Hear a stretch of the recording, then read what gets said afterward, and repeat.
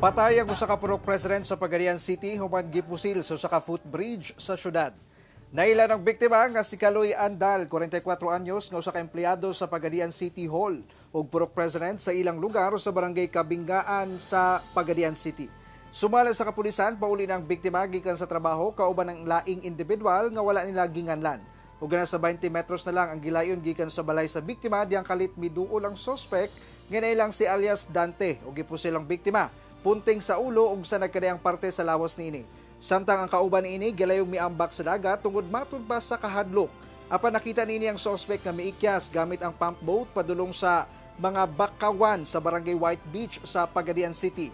Sa investigasyon na sayrang dunay case settlement nga gihimo ang biktima ni adtong miaging bulan sa barangay. Apan nagkalalis matud pa ang biktima ug ang suspect nga usa sa gilantaw karon sa kapulisan nga hinungdan sa krimen. Gani sumala sa barangay Kagawad nga ikatulong higayon na kunong gipusil ang biktima kaniadto og nakalingkawas.